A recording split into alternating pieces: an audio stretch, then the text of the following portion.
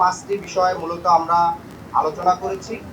আমাদের প্রথম বিষয়টি হচ্ছে গণ অভ্যুত্থানের 1 বছর হয়ে যাওয়ার পরেও আমরা এখনো দেখতে পাচ্ছি গণ অভ্যুত্থানে অংশগ্রহণকারী যারা শহীদ হয়েছেন, যারা আহত হয়েছেন, তাদের পুনর্বাসন, চিকিৎসা এবং তাদের নিরাপত্তা, সেই বিষয়টি এখনো নিশ্চিত হয়নি।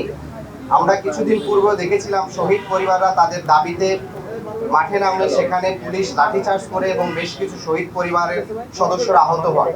আমরা সরকারের কাছে শহীদ পরিবার এবং আহত সহযোদ্ধা যারা আছেন তাদের পুনর্বাসন এবং নিরাপত্তা নিশ্চিতের জন্য আহ্বান জানিয়েছি। দ্বিতীয়ত বিষয় হচ্ছে জুলাই গণঅভ্যুত্থানে অংশগ্রহণ করেছে আমাদের দেশের আপামর জনতার সাথে প্রবাসে থাকা আমাদের সহযোদ্ধারা অংশগ্রহণ করেছেন, প্রবাসী ভাইয়েরা অংশগ্রহণ করেছেন। সেক্ষেত্রে সংযুক্ত আরব আমিরাতে আমরা সেখান থেকে বেশ কিছু লোক আটক হয়েছিল, তাদেরকে সরকারের পক্ষ থেকে উদ্যোগ নিয়ে নেওয়া হয়েছে। এখনও সেখানে 25 জন সহযোদ্ধা আইনি জটিলতায় আছেন। সে বিষয়ের জন্য সরকার উদ্যোগ গ্রহণ করে, সে বিষয়টিও আমরা দৃষ্টি আকর্ষণ করেছি। এর পাশাপাশি আরেকটি গুরুত্বপূর্ণ বিষয়, আপনারা জানেন সরকারের পক্ষ থেকে একটি গুম কমিশন করা হয়েছে। গতকালকে আন্তর্জাতিক গুম প্রতিরোধ দিবস ছিল এবং সেই গুম কমিশন স্পষ্টভাবে উল্লেখ করেছে গত 15 বছর ধরে বাংলাদেশে যে বিচার বহির্ভূত হত্যাকাণ্ড, গুম খুন হয়েছে, সেখানে রাষ্ট্রীয় বিভিন্ন সংস্থার বিষয়ে তারা অভিযোগ আনছেন এবং প্রতিবেদনে উল্লেখ করেছেন।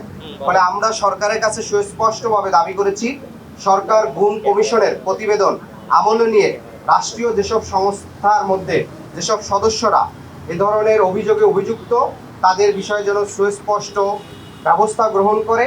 এবং একই সাথে আমরা যে বিষয়টি আশঙ্কা করছি যে বাংলাদেশে গত 15 বছরে যে নির্বাচনগুলো হয়েছিল সেই নির্বাচনগুলোতে আমরা দেখেছিলাম রাষ্ট্রীয় সংস্থা বিভিন্নভাবে প্রভাবিত করার চেষ্টা করত। যারা বিরোধী দল হবে তারা সরকারে নির্বাচন করতে পারবে কি পারবে না, নানা বিষয়ে আপনারা তারা প্রভাবিত করত। সর্বশেষ 2024 সালে ইলেকশনের আগেও আপনারা দেখতে পারবেন বিভিন্ন দলকে নির্বাচনে এনে নির্বাচনকে অংশগ্রহণমূলক দেখার জন্য নানা ধরনের গ্রেপ্তার প্রভাবিত করার চেষ্টা করেছে। ফলশ্রুতিতে গুম কমিশন যে বিষয়টি এখানে উঠে এসেছে সেটাকে আমলে নিয়ে যথাযথ যেন পদক্ষেপ গ্রহণ করা হয়। আরেকটি বিষয় আমরা বলেছি যে ইতিমধ্যে জাতীয় ঐক্যমত্য কমিশন জুলাই সনদের চূড়ান্ত পর্যায়ে আছে, এখনও চূড়ান্ত হয়নি।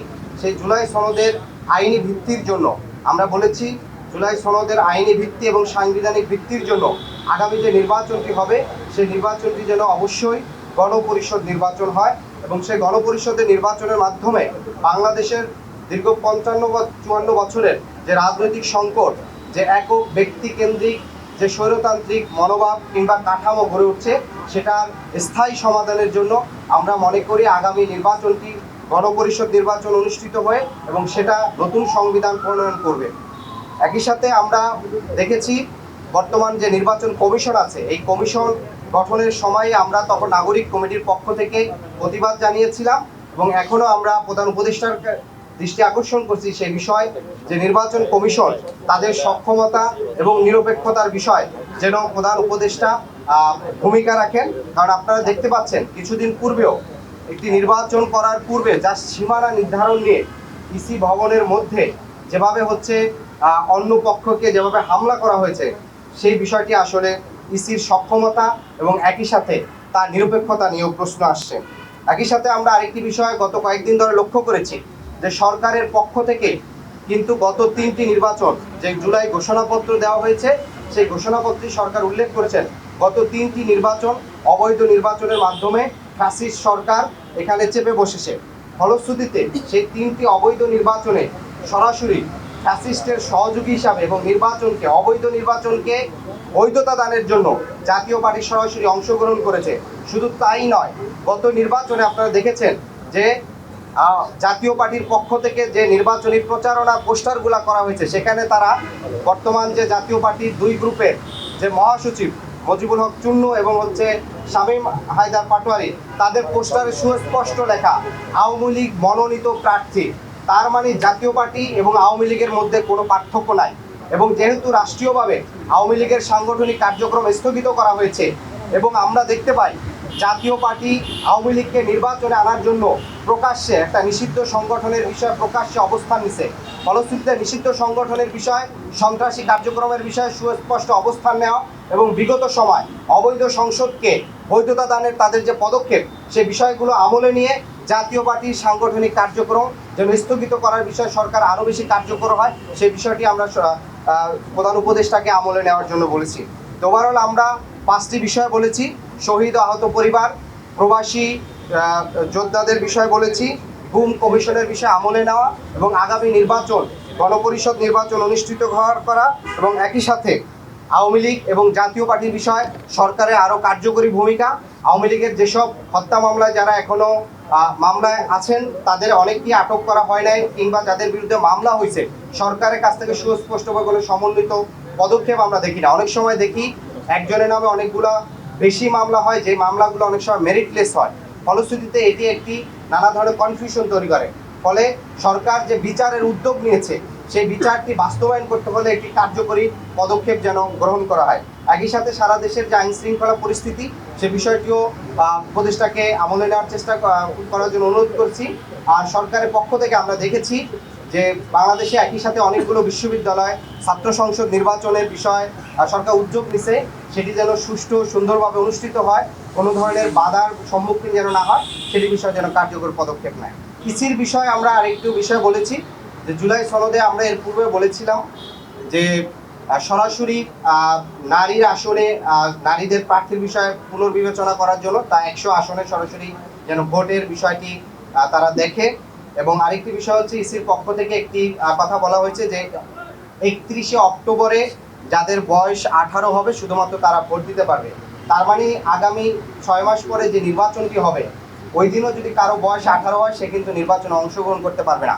ফলশ্রুতিতে আমাদের এই গণ অভ্যুত্থানে তরুণদের সরাসরি সক্রিয় যে অংশগ্রহণ করেছিল সেই জায়গা থেকে আমরা মনে করি এটিকে আরেকটু নমনীয় হয়ে বরঞ্চ ফেব্রুয়ারিতে যাদের 18 বছর পূর্ণ হবে তারাও যেন সরাসরি নির্বাচনে অংশগ্রহণ করতে পারে, সেই জায়গাটিতে যেন আমলে নেওয়া হয়। বর্তমানে যে নানা ধরনের বিষয়গুলো দেখতে পাচ্ছি, পুরনো যে এস্টাবলিশমেন্ট, বিশেষ করে সরকারের ভিতরে থাকা বিভিন্ন সংস্থার কিছু সদস্য, উচ্চাকাঙ্ক্ষী কিছু সদস্য, যারা পূর্বের নির্বাচনগুলোকে নানাভাবে প্রভাবিত করে একপাক্ষিক একটা প্রি ডিসাইডেড ইলেকশন করেছে, বিশেষ করে 2008, 2018 সাল কিংবা 14 এবং কি সর্বশেষ 2024, সেই চক্রটাকে আমরা এখনও নানাভাবে সক্রিয় দেখি।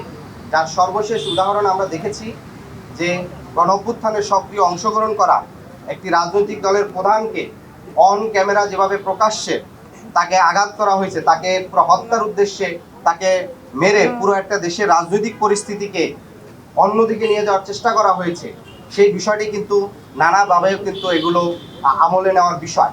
ফলশ্রুতিতে আমরা এই বিষয়টি আমরাও মনে করি যে বিভিন্ন এস্টাবলিশমেন্ট, বিশেষ করে এখানকার বিজনেস এস্টাবলিশমেন্ট, মিডিয়া এস্টাবলিশমেন্ট, সরকারের ভিতরে থাকা নানা ধরনের সংস্থাগুলো একটা তাদের পুরনো কাঠামো ধরে রাখার জন্য মরিয়া হয়ে যাচ্ছে এবং নানা ধরনের তৎপরতা দিচ্ছে।